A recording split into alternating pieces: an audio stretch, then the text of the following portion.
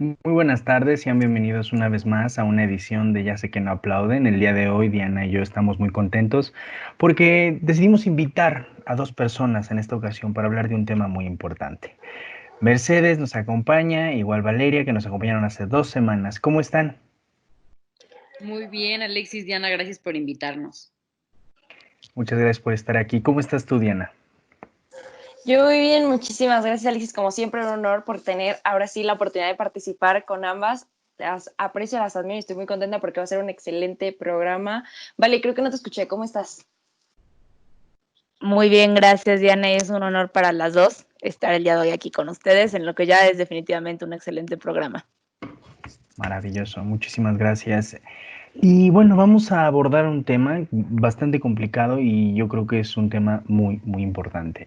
La semana pasada vimos un hecho sin precedente en la Ciudad de México. Omar García Harshuf, secretario de Seguridad Ciudadana de la Ciudad de México, sufrió un atentado el pasado viernes 29 de junio. Una vez que el secretario llegó al hospital, notificó a través de su cuenta de Twitter que el atentado había sido orquestado por el cártel Jalisco Nueva Generación, el cual es dirigido por el fugitivo más buscado de la DEA, por el cual la agencia ofrece más de 10 millones de dólares, Nemesio Ceguera Cervantes, alias El Mencho. Según estimaciones de especialistas en seguridad publicadas en el Heraldo de México, el atentado tuvo un costo aproximado de más de 2 millones de pesos, contando armamento, vehículos y sicarios contratados. Al menos 28 hombres armados estuvieron organizados en 4 células, cada una de estas con 7 integrantes. El atentado fue fallido en el sentido de que no lograron eliminar a su objetivo, sin embargo murieron 3 personas, dos escoltas del secretario que dieron su vida y, desgraciadamente, una mujer que viajaba hacia el Auditorio Nacional a realizar su trabajo perdió la vida por un impacto de bala. Esto sucede el viernes en la mañana. Prácticamente todos los titulares y toda la conversación empieza a girar sobre este tema, algo sin precedentes. Tenemos los hechos y quisiera que empezáramos por ahí. ¿Qué decir sobre el atentado en contra de una de las cabezas de la seguridad más importantes del país? Diana. A mí me parece que es muy importante que reflexionemos, como lo mencionabas, ¿no? La manera en que se organizó todo este atentado no fue algo aleatorio, fue algo totalmente premeditado. Como lo mencionaban los capturados, muy probablemente, según si es cierto su declaración, fueron contratados con 3 semanas de antelación, unos de ellos los que están ya 19 presos hasta el momento, ¿no? Pero lo duro es que este atentado sale de lo extraordinario.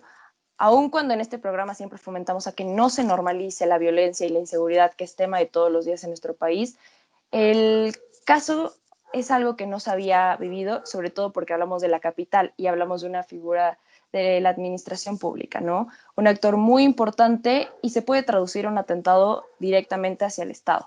Fue una confrontación que personificó la lucha que llevamos años ya llevando contra el narcotráfico y estos crímenes organizados que definitivamente sí que están mejor organizados que el mismo Estado, ¿no? Y esta vez estamos frente a un gobierno que es bastante laxo y permisivo con el crimen organizado, algo preocupante porque nos podemos ir un poco más atrás al 2019 con un Ovidio, por ejemplo, y unos días también atrás, por ejemplo, en Celaya.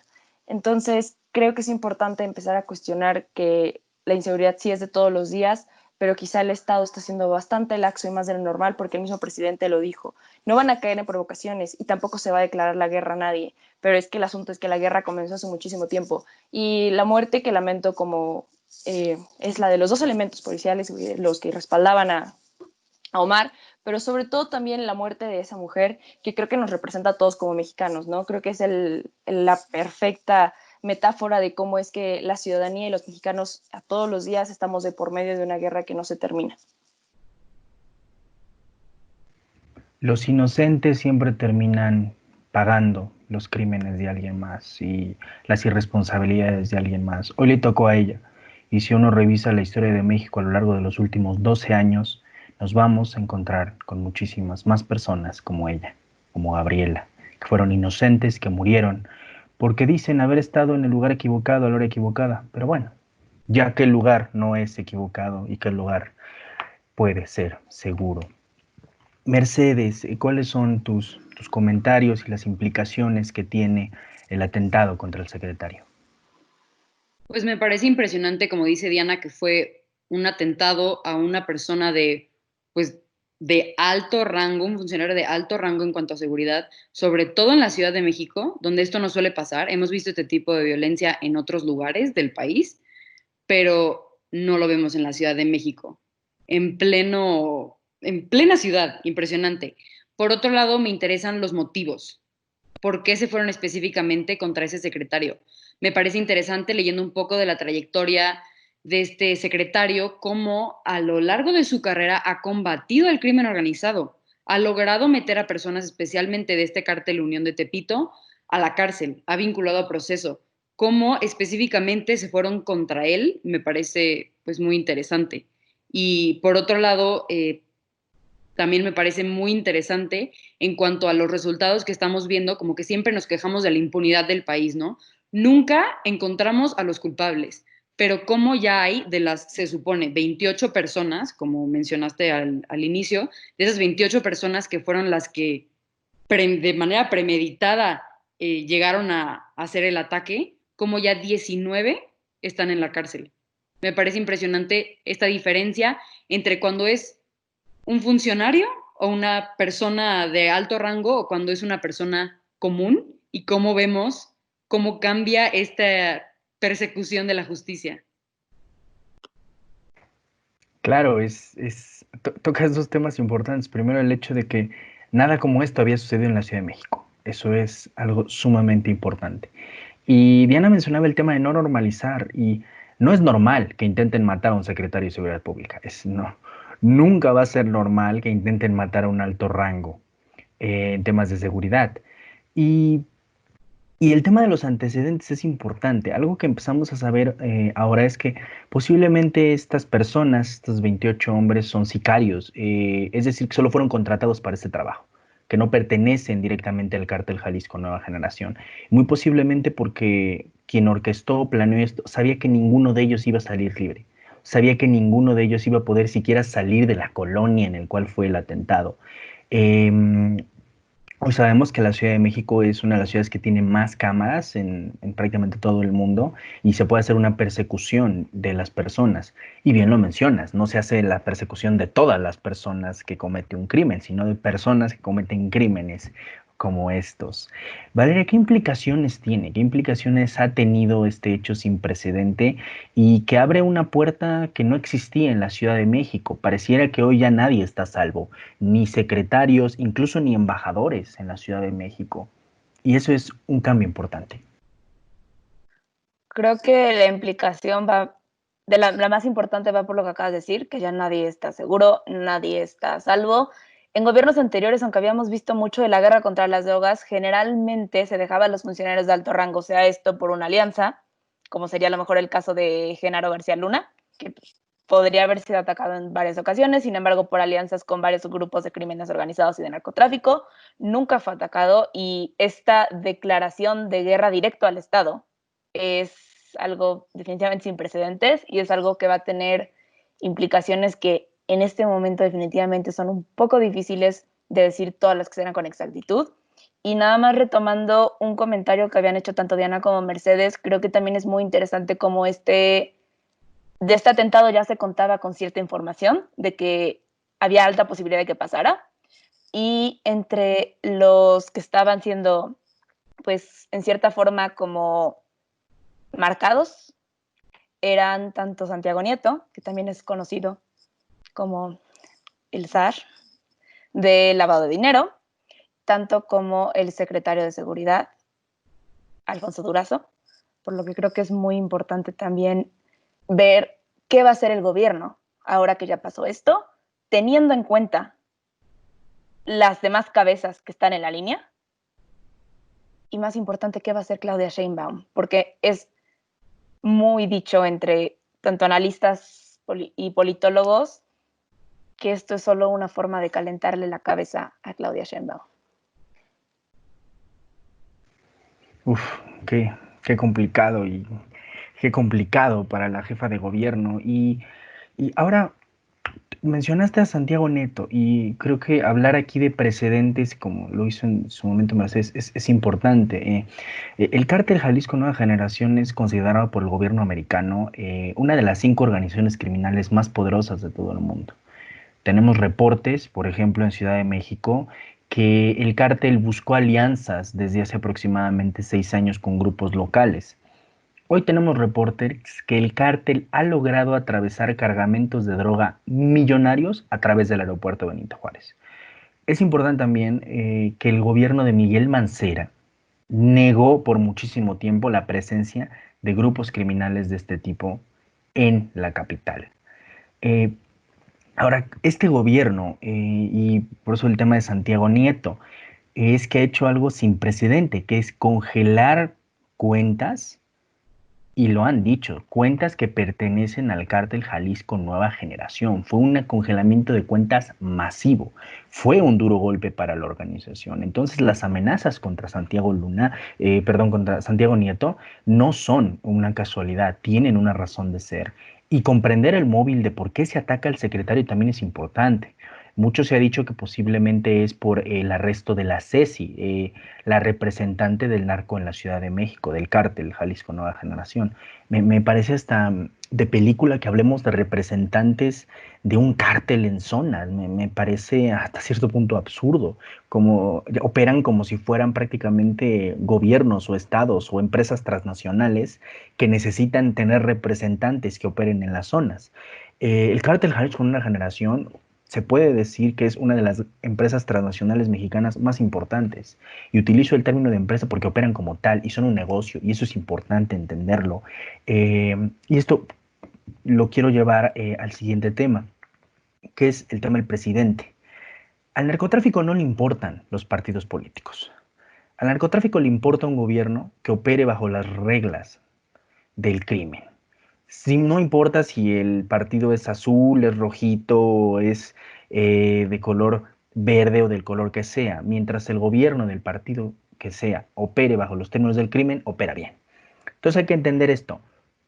No es una afrenta contra el gobierno López Obrador, es una afrenta contra el Estado, como lo mencionaba en un principio Diana, contra el gobierno y su estructura en general. Y me lleva al tema que me gustaría que abordemos, que es la seguridad no es un lujo y la seguridad del presidente. El presidente en muchísimas ocasiones ha dicho que él no necesita protección, que él no necesita un avión para viajar con Marcelo a visitar a Donald Trump en unos días, que creo que podemos abordar el tema tal vez las próximas semanas. No lo necesita porque nadie quiere hacerle daño al presidente. Parece que olvida que no solo es alguien popular y que se lleva bien con la gente, sino que también es el líder de un estado y de un país. Diana, tus opiniones sobre el tema de la seguridad y sobre todo de la seguridad del presidente.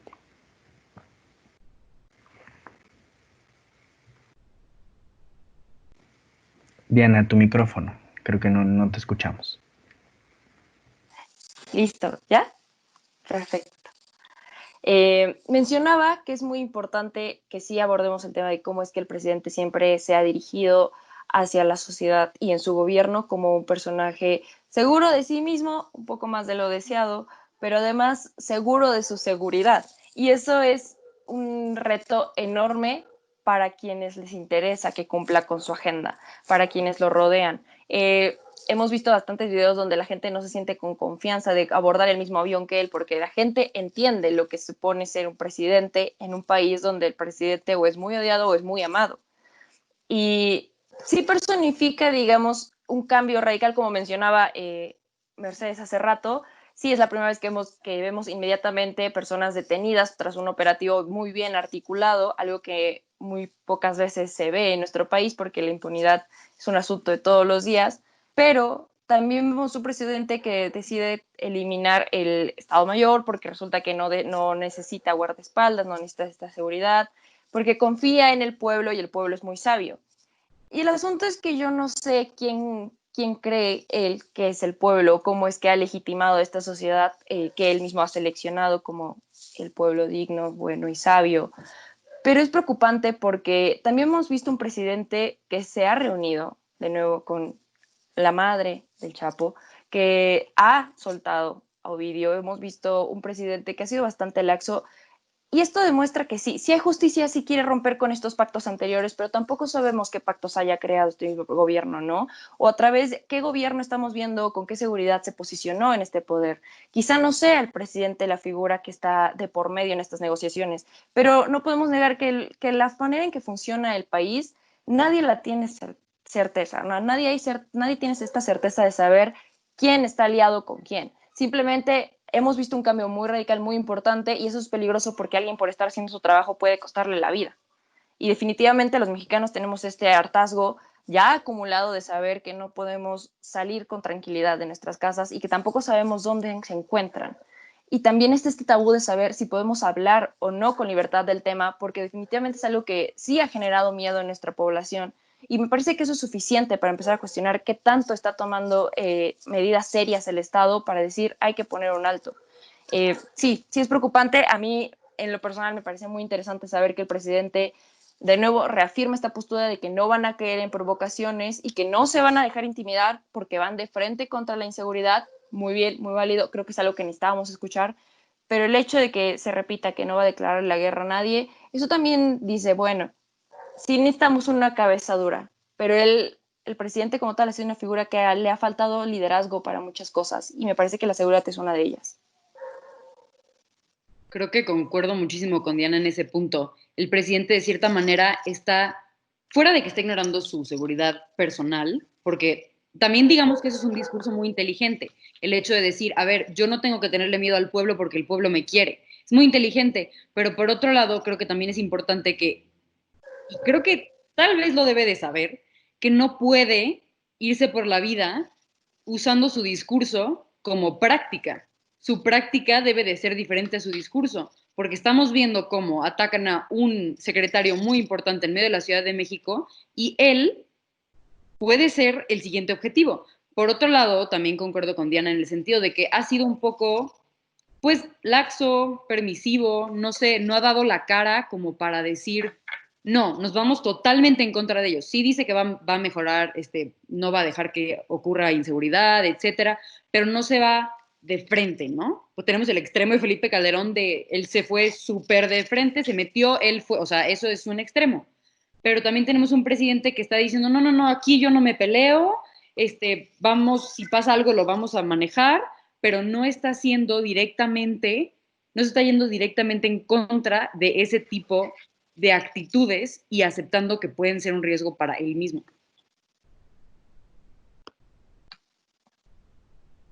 Sí, igualmente retomando lo último que mencionó Mercedes, creo que es muy importante ver eso. Tuvimos a Calderón con al final es una estrategia fallida, la guerra contra el narco, y tenemos la estrategia también fallida de abrazos y no balazos. Entonces, ¿cuál va a ser la siguiente política pública? Porque ya se lo dijo la población, ya se lo demostraron a balazos, literal, ya se lo dijo el Congreso, ya se lo dijo senadores, ya se lo dijeron diputados. ¿Quién más necesita que le diga que esta estrategia, aunque no quiera caer en provocaciones, sus acciones, las que ya mencionaron, tanto ahorita como que acaban de dejar ir tanto al padre como a la madre del marro después de que los amenazó?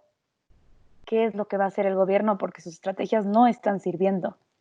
Y también creo que dentro de esta estrategia se tiene que mencionar inevitablemente el papel de Estados Unidos, porque las armas que usaron en el ataque no entraron a México mágicamente.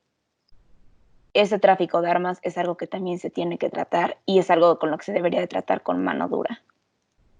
Y de hecho el embajador de Estados Unidos en México salió a decir que justo, o sea, aparte de decir que el atentado fue una cosa muy cobarde y pues obviamente o sea, dar su mensaje a Omar. Por otro lado, también dijo que este tipo de atentados demostraban la necesidad de la cooperación bilateral en cuanto a seguridad entre México y Estados Unidos. Y lo que dice Valeria es muy cierto. Las armas, ¿por dónde entraron? Toda la droga, ¿por dónde circula? O sea, es un tema de dos países, de una frontera enorme que se tiene que manejar y que se tiene que manejar bien y rápido. Ponen el tema de Estados Unidos en la mesa y una de las razones por las cuales tal vez el presidente podría hablar con Donald Trump es sobre el tráfico de armas que hay hacia el país. En México se derrama sangre porque se disparan balas y esas balas vienen de allá, así de sencillo. Diana mencionaba el tema de la metáfora de la guerra y que el presidente no busque confrontación y nada por el estilo.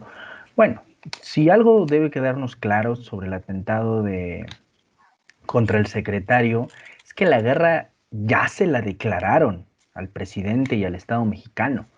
O sea, cuando tú estás en una guerra y te la declaran, te empiezan a disparar y pues tienes que responder y automáticamente ya entras en la guerra, no es de si quieres o no estar. Prácticamente eso ya fue una declaración. No sé si necesariamente el Mencho haya tomado la decisión, dudo que alguien más dentro de la estructura del cártel lo haya hecho, pero el cártel le está cantando una batalla directamente al gobierno. No creamos que aquí hay otro mensaje. Aquí el mensaje es claro.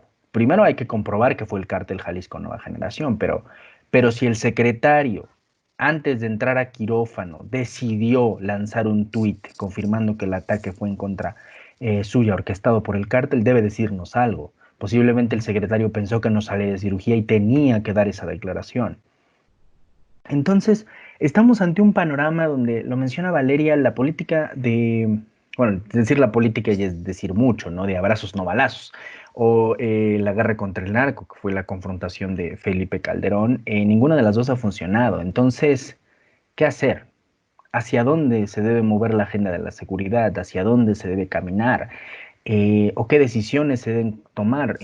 Diana mencionaba el tema de los pactos. A veces, cuando uno piensa en pactos, uno piensa en conspiraciones, en cuartos oscuros, y no necesariamente, hay pactos que son tácitos.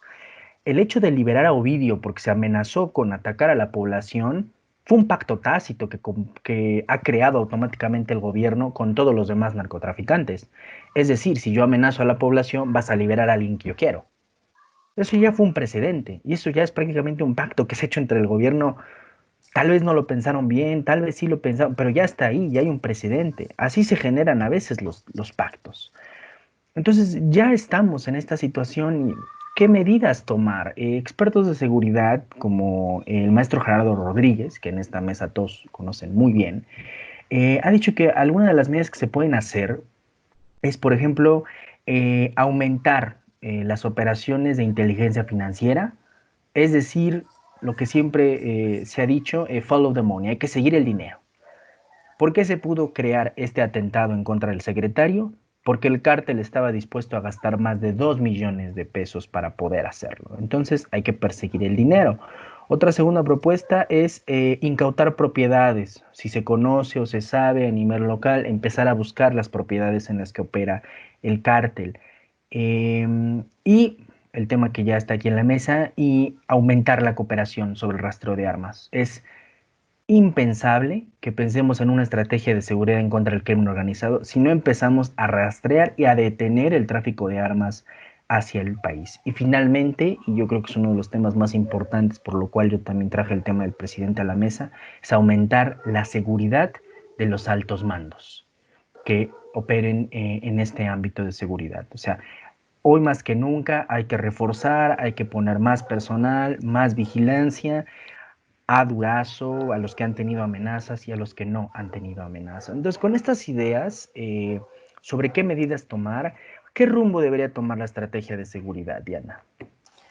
A mí me parece que lo primero que se tiene que empezar a cuestionar el presidente es qué tan útil está siendo esta austeridad para cumplir sus objetivos.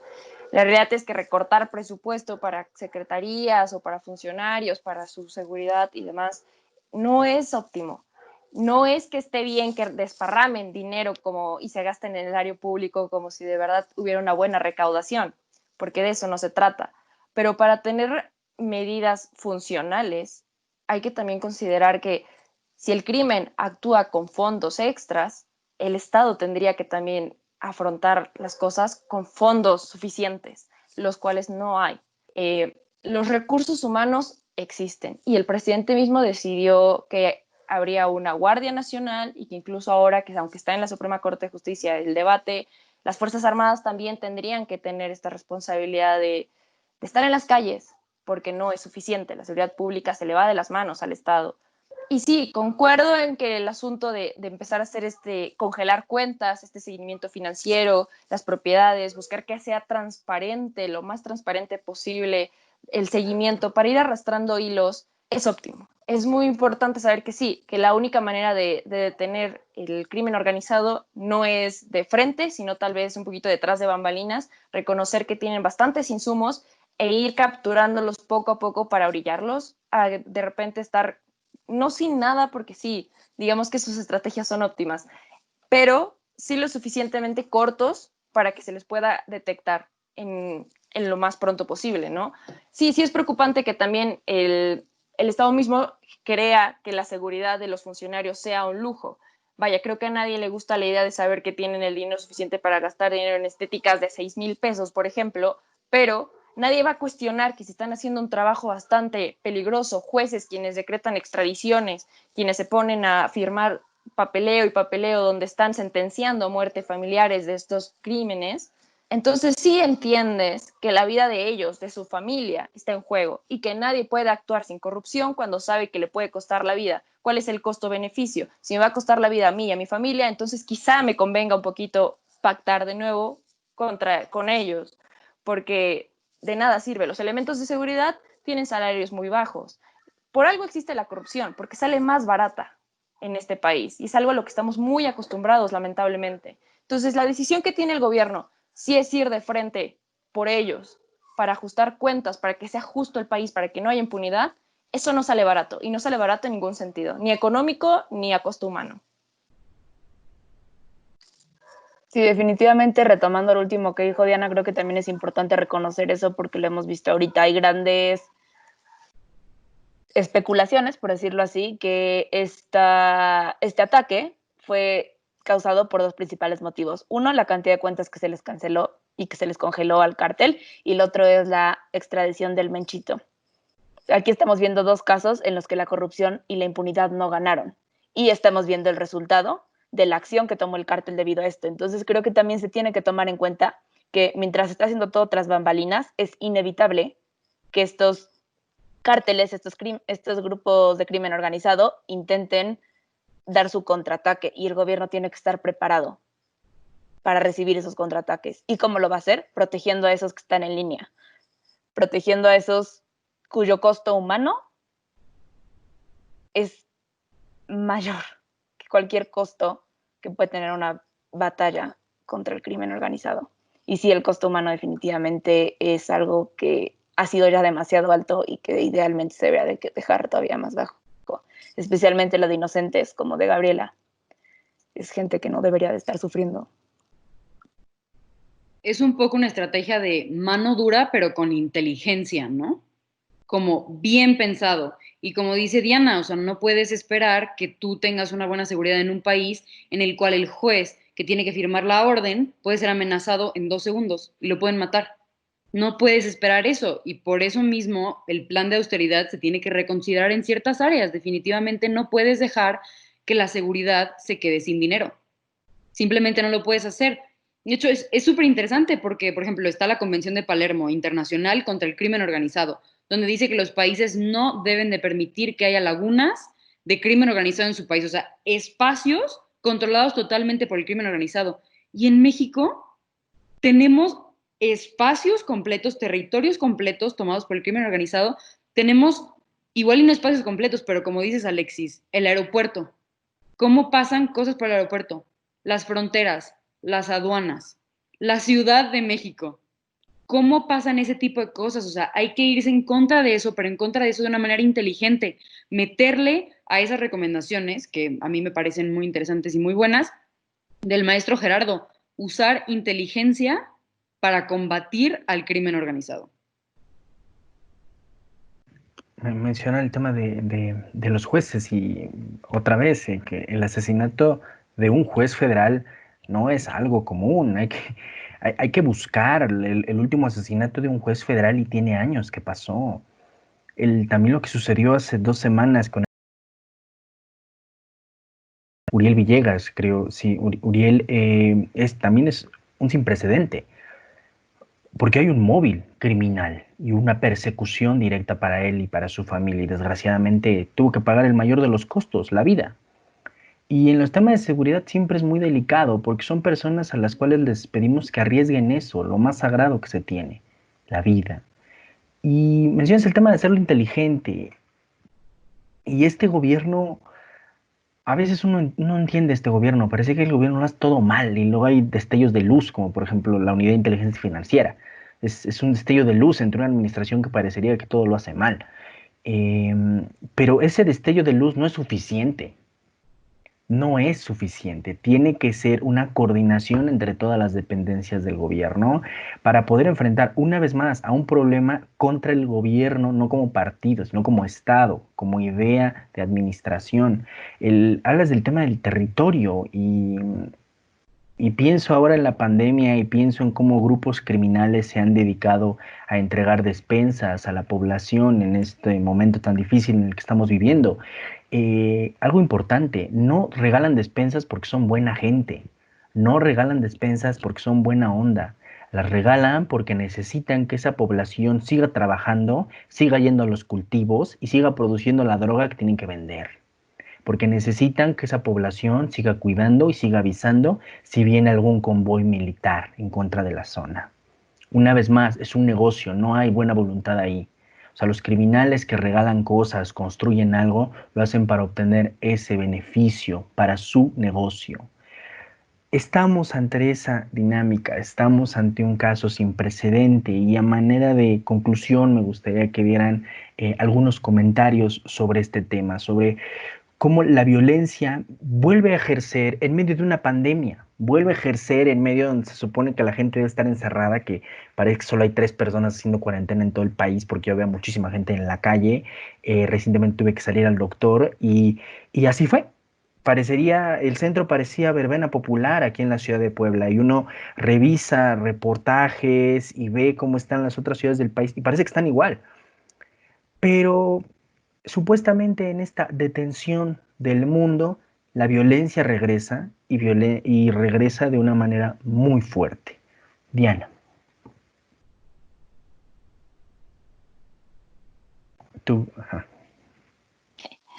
Como lo mencionas, a partir de esta cuarentena, de hecho, el gobierno volvió a tener su número, rompió récord de nuevo con el número de homicidios, aún en cuarentena. Es decir, la seguridad aquí en México nadie la garantiza, ni todos guardaditos en su casa, ni todos en las calles. Como mencionabas anteriormente, no hay lugar seguro y tampoco nadie tiene la certeza de saber a dónde puede ir con tranquilidad.